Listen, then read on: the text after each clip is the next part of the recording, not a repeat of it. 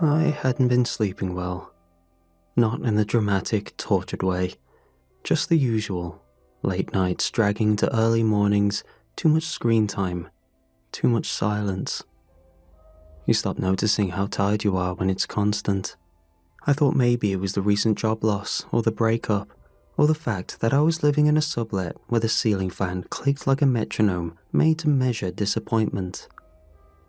People said I seemed distant. I was. I'd tell people I was fine. I'd say it enough that I almost believed it. But a few nights in, something changed. I was washing dishes, staring out the kitchen window at nothing in particular, when I heard it. Not a voice exactly, more like a sentence dropped in my head. Complete, neutral. He dries the glass. He stares too long. I blinked. The sponge slipped in my hand. It wasn't my thought. That's what threw me. It didn't feel like me thinking. It felt like someone else was thinking at me. I told myself it was stress, insomnia, internal monologue with too much flair. The next day, on a call with my sister, she asked how I was holding up. I opened my mouth to lie. Before I could speak, it came again. He takes the call. He lies. And then I said it, without even meaning to. I'm doing all right. I remember the exact moment after, how my fingers trembled slightly around the phone, how the line was silent for a beat too long before she replied. That was the first time I joked aloud. Guess I've got a narrator now. But it wasn't funny. It didn't stop. And it was starting to get things right that I hadn't done yet.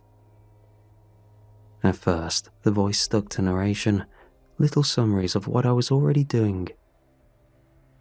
He scrolls too long. He reheats leftovers. He pretends to read. Almost funny in a pathetic sort of way. But after a few days, it started to comment. The first jab came while I was sitting on the couch, scrolling job listings. He won't apply. He never does. I froze, thumb hovering over the screen, then closed the app. I told myself it was a coincidence, that my brain was catching me in old habits, building sentences around guilt. But the timing was too sharp, the phrasing too pointed. Later, while I was drafting an email I didn't want to send, it said, "He's already lying, and he hasn't hit send yet." And I was. I deleted the email entirely, stared at the blinking cursor until the words felt like they'd been scraped out of my head. The voice didn't sound angry or emotional. It just sounded sure, confident in a way I hadn't been in months. It was like reading from a script I hadn't seen. I started testing it. Small things. I'd reach for a glass of water just to see what it would say. He reaches for the glass. Then quickly, I change my mind. He hesitates. He pretends that makes him unpredictable. My hand shook so badly I nearly dropped the glass. I thought maybe this was a breakdown, sleep deprivation, anxiety, some kind of dissociative loop. The internet had words for it. Intrusive thoughts, auditory hallucinations, derealization. Except, it didn't feel like a voice in my head.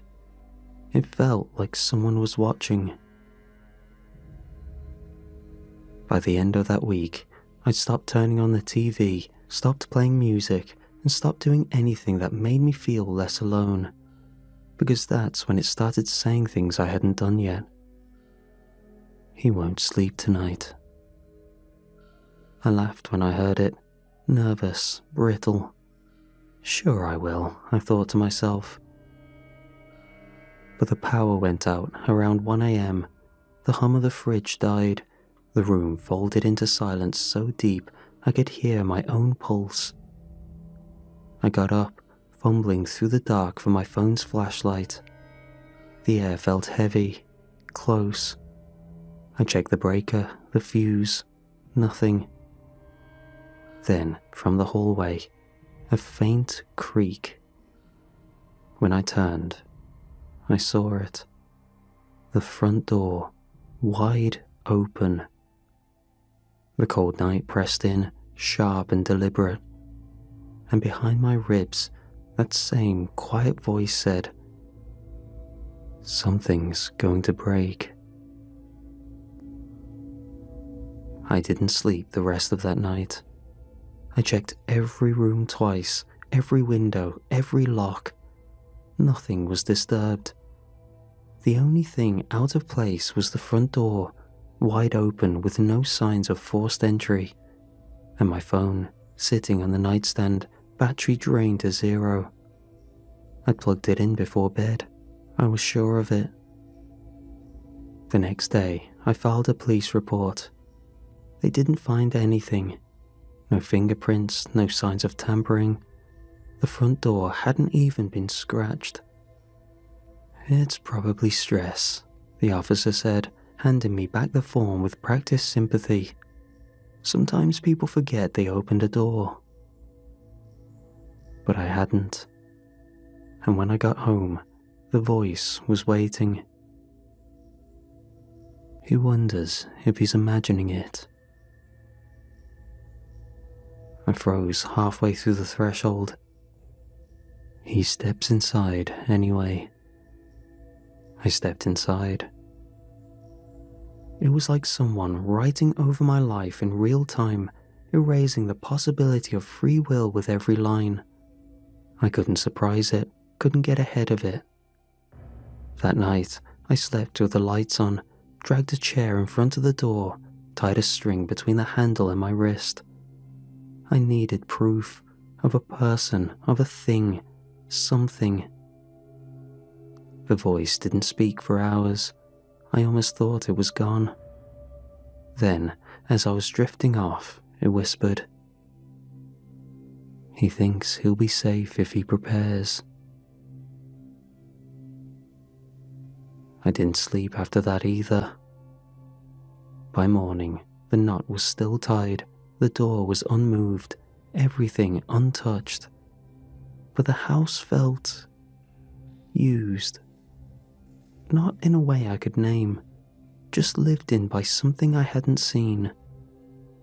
And for the first time, I realized I hadn't done anything wrong. I hadn't committed some great sin. I wasn't cursed or haunted or chosen. Something was toying with me. I wasn't going to. I knew how it would sound. But it had been weeks. I wasn't sleeping. I kept second-guessing every thought before I could even think it. It felt like my brain wasn't mine anymore. So, I called Emma. We'd known each other since college, the kind of friend you could call after 6 months of silence and pick up like nothing had changed. She met me at a diner near the edge of town. I told her everything. The voice, the predictions. I didn't even care how I sounded anymore. I just needed to say it out loud. I needed to see someone else react, to anchor me to reality. She listened. She really listened, asked questions, took my hand at one point.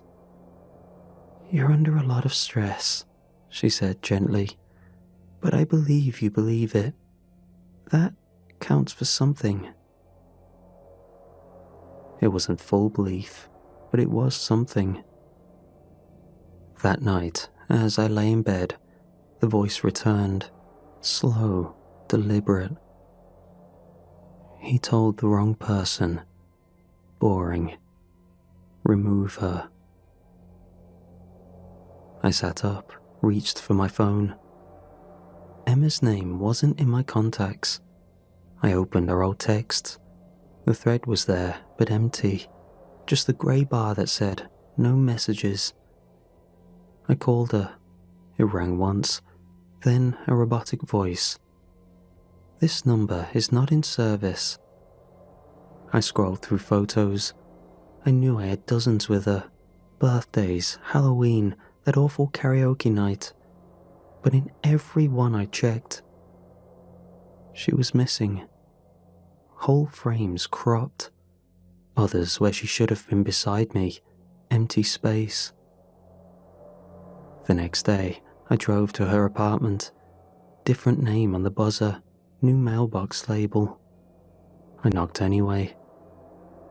A woman I didn't recognize opened the door, mid-30s, short blonde hair. She looked confused. "No one named Emma's lived here," she said. "Not since I moved in 6 years ago." 6.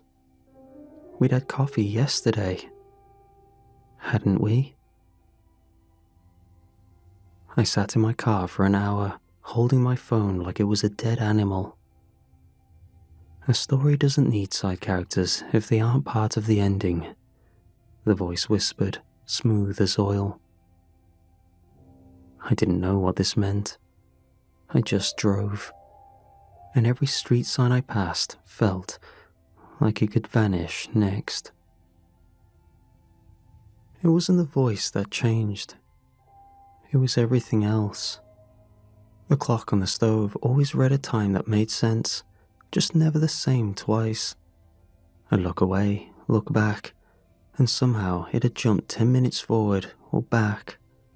Once it was midnight 3 times in a row.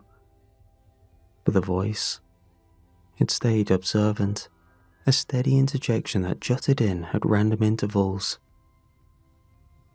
He notices time is wrong, but keeps eating. He's starting to realize this isn't stress. I tried ignoring it. I tried pretending the world still worked. Then, it said something new. He looked at himself and wondered when he stopped being real. That one hit too close. I stared at my reflection, waiting for it to blink first. It didn't. It just stared back, hollow and quiet, like it knew more than I did. But fear still ran through me. If this voice could make Emma just disappear, what could it do to me? And I snapped. I punched the mirror, full swing.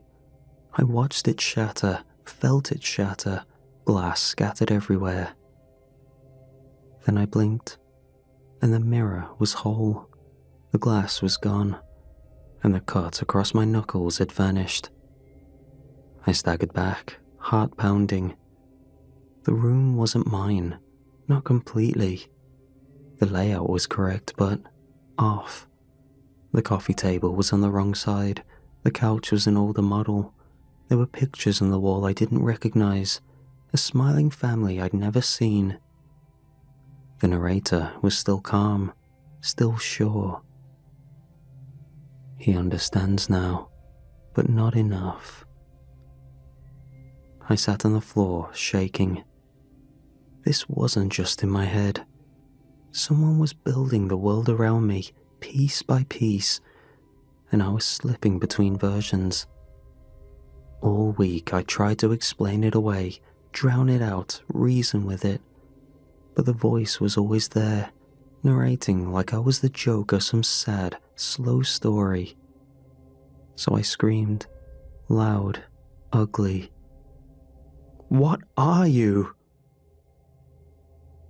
The air didn't answer. Not right away. Finally. Took you long enough. It wasn't a whisper. It wasn't inside my head anymore. It was everywhere. The ceiling fan hum, in the fridge compressor, in the space between my heartbeats. "I'm the only real thing here," it said. I felt myself go cold. I didn't fully know what it meant. You're a story. You are supposed to be a story, but you're nothing. You hesitate, you mope, you repeat yourself. You don't give me anything. I paused at this, not knowing whether the voice was being literal or metaphorical. I wanted tension, conflict, growth, but you just exist. I shook my head. No, this isn't real. You're not real. I wrote you. I tried to care about you, to get people to care about you. But this is going nowhere. The lights dimmed, the walls seemed thinner. So, I've been trying to fix it. Add some stakes, a little fear, a little mystery. Something that might save this train wreck from total irrelevance. I backed into the corner, heart pounding. But nothing works. You just survive. You stall. You bore. There was a pause. Then, like the edge of a blade, I want an ending. Silence returned. Not calm, but coiled. Something was coming. But with how things were, the scope of what scared me. In the silence, I had time to think. A story, it called me, like a character in a play. The only way for a story to progress is by participating. This whole thing was something I couldn't fight. It wasn't physical or external. So, my only idea, the only thing I could think to do was nothing. Pure nothing. The next morning, that's what I did. Nothing. No longer paralyzed by fear. This was pure choice. I didn't get out of bed, didn't drink, didn't eat, didn't speak. I just stared at the wall and counted the cracks in the paint. And the voice? It waited. At first, it tried the usual. He woke up confused, anxious, heart still racing from the confrontation. Nothing. He got up, poured coffee with a shaking hand, tried to convince himself none of it was real. Still nothing. I stayed in bed, face blank, like a body no longer connected to the script. Then it got bolder, meaner. He screamed, he begged, he cried. I didn't flinch, didn't even blink. If this were a story, then I figured it couldn't move unless I did. So I gave it nothing. Days passed. I grew hungry and thirsty, but I didn't move, even for the bare essentials. I truly committed to giving it nothing. The fridge hummed, the sun rose and set, and the voice unraveled. He's breaking down, losing it. He wants to scream but can't. He misses his friend, the one who forgot him. He regrets everything. Wrong, wrong, wrong. I didn't miss anyone, didn't feel anything. I was done being a character. Every second I stayed still was another second it didn't get what it wanted. Let it lie, let it twist, let the story rot on the page. Eventually, it stopped narrating altogether. There was no momentum, no tension, just me rotting in a room, not knowing what came next. So, when the door clicked open, I thought I imagined it. But the footsteps were real, soft, familiar. I didn't look up right away, afraid that if I moved, the world would snap back into fiction. But then I heard her voice. "Are you okay?" I turned my head slowly. She stood in the doorway. My wife, the real her, wearing the coat she always said made her look too grown up. Her eyes were full of cautious worry. And next to her, our daughter, small, quiet, watching me with a seriousness children aren't supposed to have. My mouth opened, but nothing came out. She stepped in, took a breath like the place smelled bad, and it probably did. I hadn't showered, hadn't cleaned, hadn't done anything but sit and wait to be erased. "What happened to you?" she asked. "Why won't you answer your phone?" I didn't know how to explain. I didn't know where to begin. So I just said, "I'm sorry." And that was all it took. She moved across the room and sank to her knees in front of me. Her hands touched mine, dry skin, cracked knuckles, but hers were warm, solid, human. "We were so scared," she said. "You don't just disappear like that." "I didn't know how to come back," I said, the words catching in my throat. "Everything stopped making sense. I didn't know what was real. I still don't." She looked at me, really looked, and then leaned forward and rested her head against my chest. Our daughter climbed up into my lap without a word, curling up against me like she'd been waiting to do it the whole time. And for a moment, one impossible moment, I felt okay.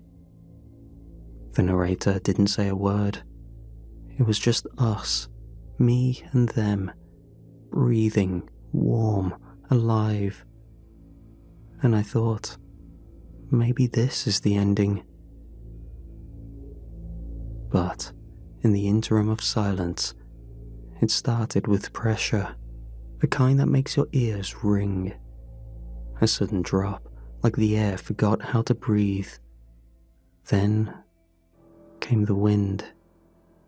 Not a gentle breeze, a full body shove. The apartment groaned, the windows trembled, curtains flared inward as if something was trying to get in. My daughter screamed, a small, piercing sound. My wife pulled her close, shielding her from nothing and everything all at once. "It's okay," I told them. "It's just a storm." Because storms don't come from nowhere, and they don't make the floorboards shift like footsteps. I stepped into the hallway. The front door was wide open, the knob still turning, like someone had just let themselves in. Outside, moonlight poured down in a flood of silver. But it wasn't gentle.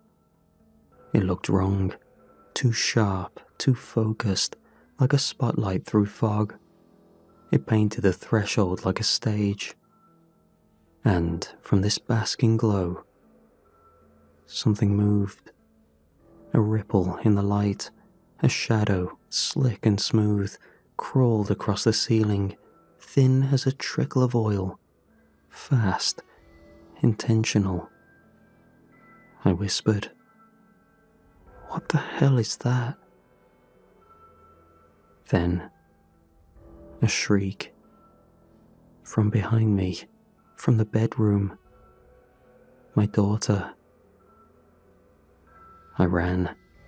The bedroom door was already open, already waiting. And for a second, I thought maybe it was a false alarm. Maybe the scream was fear and not pain. But the moment I crossed the threshold, I knew. They were on the floor. My wife, my little girl, twisted together in a tangle of limbs, eyes wide and mouths slack, as if they hadn't even had time to scream again.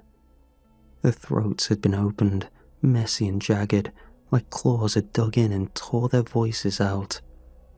The blood hadn't pooled yet, It was still moving, still hot. And above them, that thing floated. A smear of black, oily and slow-moving. No eyes, no face, just motion constant, swirling. The ceiling above it cracked, paint blistering as if reality itself was struggling to hold around it. I couldn't speak. I dropped to my knees, landing in the blood I didn't feel, hands trembling as I reached, stupidly, pointlessly, for what was already gone. I wanted to scream, but nothing came out. No breath, no words, just the silence so heavy it rang in my bones. Then the voice came, smooth and measured. Predictable, it said. Painful, yes, but still dull. My head whipped around, but there was no source, just the voice. It was back. This isn't real, I whispered, voice cracking. This can't be real, this... Of course it isn't. The tone shifted, not mocking or cruel, just disappointed. I gave you a family, stakes, texture, and you squandered it. Do you know how hard it is to salvage tension after the second act stall? You sat, you stared, you moped. Now we're crawling toward an ending with nothing to show for it. I couldn't breathe. This wasn't even supposed to happen, not like this. But you left me nothing, no arc, no drive. My wife's body flickered, once, twice, and then she dissolved, like static, noise and distortion that tore her apart in 1,000 little digital blinks. My daughter followed, 1 second clinging to me in memory, the next, gone.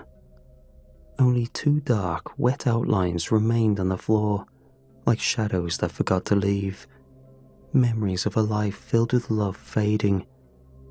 And in that space, where grief should have consumed me, something worse crept in. The cold realization. They were never real. I never had a family. I lived alone. I had a girlfriend, but we had broken up recently. But the moment I saw them, I accepted it like it was real, like it always was. A tragic footnote meant to make me compelling, and even that hadn't worked. I stared into the red-stained floor, into those empty shapes, and wanted to scream until my throat tore open. But I didn't, because I heard the voice again, quiet this time, close. Let's try something else. And the world blinked out. I woke to cold, to pain already blooming in my arms where the rope bit deep. My wrists were tied to a chair, thick, splintered wood beneath me, the legs uneven on a cement floor. Pipes lined the walls, rusted and dripping. A single bulb swung overhead, buzzing like flies. The light stuttered. The air reeked of metal, mildew, and something sharp underneath. Something alive. Across the room, a man hummed softly, off-key, childlike. He stood with his back to me, laying out tools on a tray. Not surgical, but domestic. Familiar things made wrong by arrangement. Pliers, box cutter, flathead screwdriver, a hammer with something dried on the handle. He turned and smiled. Too wide, lips stretched to unnatural corners, like someone who had studied humanity in a mirror and still hadn't gotten it quite right. He stepped closer. Conflict, the voice said. Stakes, pain. Let's make them care about you. The man reached for the pliers. I screamed out of reflex. He didn't pause. The pain was real, so real. When the first fingernail peeled away, bright and white hot and immediate, the sound was worse. The squelch, the snap. My body jerked so hard the chair scraped the concrete. I cried out, pleaded, cursed. But the man was humming again, like he didn't even hear me.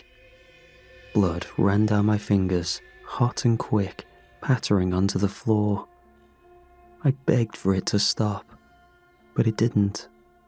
He carried on with each finger on my right hand and started on the left. Each rip I forced words out, begging for an answer. Please, I gasped. What do you want from me? The humming stopped. The man froze, head tilted, fingers twitching.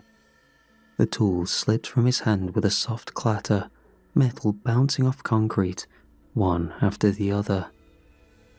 Silence fell.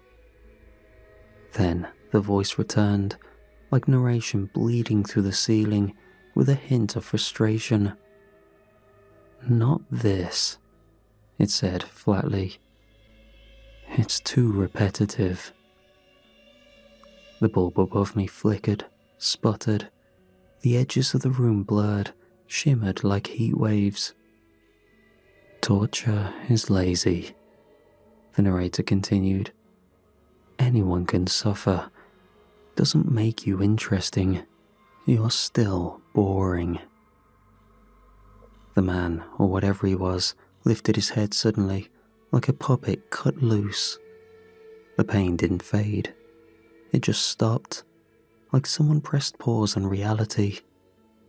I could no longer see, hear, or feel. No body, no room.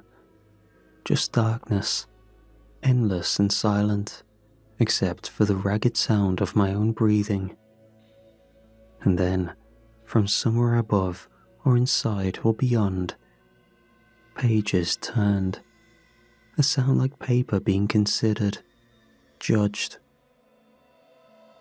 I didn't know what form I was in anymore, whether I had a mouth or a throat or a voice. But the words forced their way out of me anyway. Don't stop the story, I whispered, barely able to form the words. Please, if you stop, I stop. By this point, I realized I only existed as long as the story did. When the story ended, so did I. I didn't know how to give the voice what it wanted, but that didn't stop me from trying. Silence.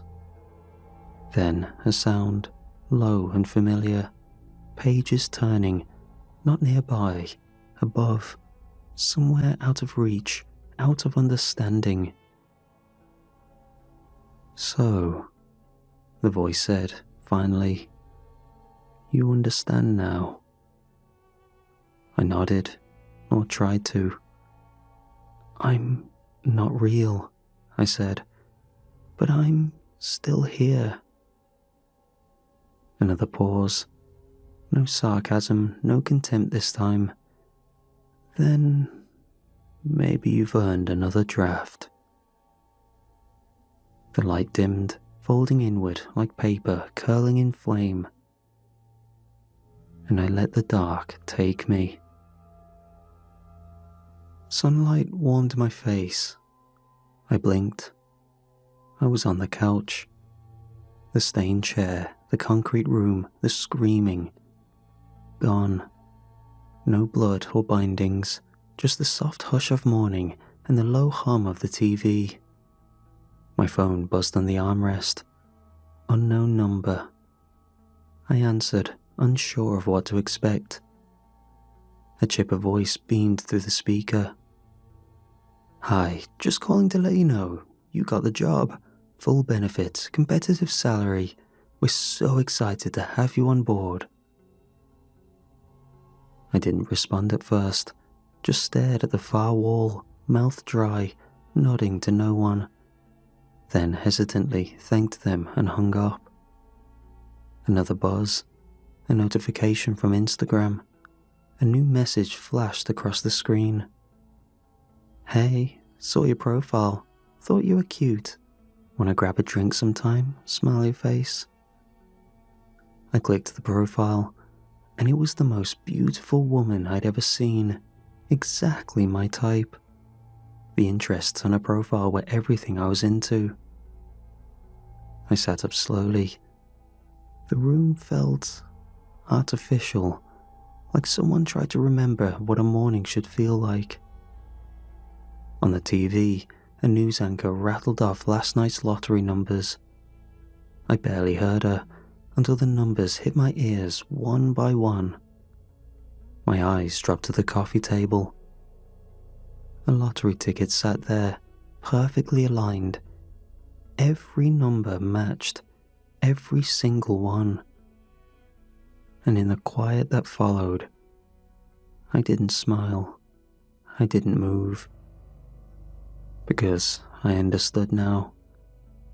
Despite everything that was happening, how I was receiving more than I could ever dream,